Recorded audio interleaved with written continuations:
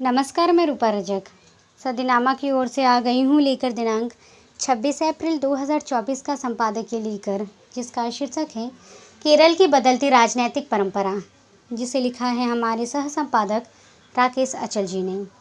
बात करते हैं आज केरल की और उनकी बदलती राजनीतिक परंपरा की। माननीय प्रधानमंत्री नरेंद्र मोदी जी के हिंदू मुसलमान वाले बयानों पर केंद्रीय चुनाव आयोग की चुप्पी की वजह से राजस्थान से जो जहर फैलाना शुरू हुआ वो अब केरल तक जा पहुंचा।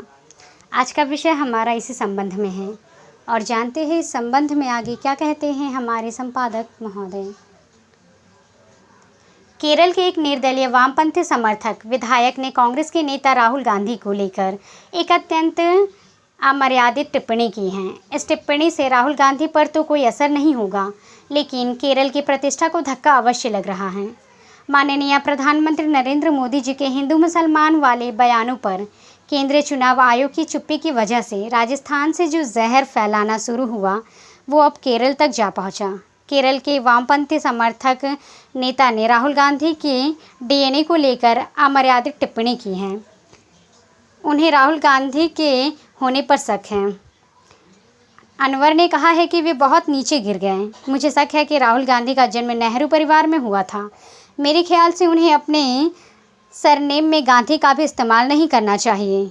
अनवर ने यह भी कहा कि राहुल गांधी के पास उस बयान के खिलाफ कही जिसमें उन्होंने केरल के मुख्यमंत्री पर तंज कसते हुए कहा था कि 2 मुख्यमंत्री जेल में हैं। केरल के मुख्यमंत्री के साथ ऐसे कैसे नहीं हो रहा है, यह थोड़ा हैरान करने वाला है। राहुल गांधी के इस बयान से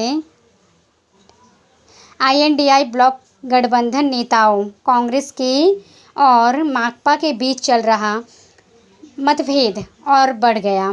दुख की बात यह है कि केरल के मुख्यमंत्री पिनराई विजयन ने अनवर को डांटने के बजाय उनका बचाव करते हुए कहा, राहुल को बोलते हुए सावधान रहना चाहिए। राहुल ने विजयन के खिलाफ कोई अभद्र टिप्पणी नहीं की थी, एक सामान्य बात कही थी। विजयन चूँकि वामपंथी है इसलिए उन्हें दूध का धुला होने का तगमा नहीं दिया जा सकता। बहरहाल इस समय देश की फिज़ा में चौतरफा जहर ही जहर है। अकेले भाजपा इसके लिए जिम्मेदार नहीं, सभी राजनीतिक दलों में लगता है कि जहर फैलाने की होड़ लगी है।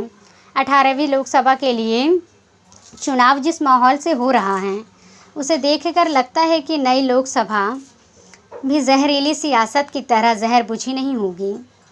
जिस तरह से प्रधानमंत्री नरेंद्र मोदी बहुसंख्यक समाज में मुसलमानों को लेकर जो भ्रम फैला रहे हैं उसकी भनक 17वीं लोकसभा में भाजपा सांसद विधूरी के एक मुस्लिम सांसद पर दिए गए टिप्पणी भाजपा में बहुत पहले मिल चुकी हैं।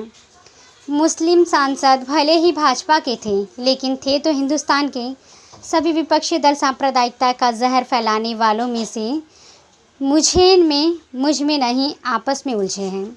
सांप्रदायिक ताकतों की कोशिश तो यही है कि विपक्षी आपस में ही लड़ मरे। विपक्ष को अकेले केरल ही नहीं बल्कि पूरा देश बचाना। मोदी हो या राहुल, अनवरत हो या अरविंद, सबको बदजुबानी से रोकें, सख्ती से रोकें। कोई कितना भी भरा क्यों ना हो, कुछ भी नहीं बिगाड़ सकता। TN शेषन ने ये कर दिखाया। संविधान में आयोग को हर नागिन को नाथने की ताकत दी है। तो ये था दोस्तों हमारा आज का संपादकीय। कल फिर लौटेंगे एक नए विषय, एक नए संपादकीय के साथ। तब तक के लिए नमस्कार।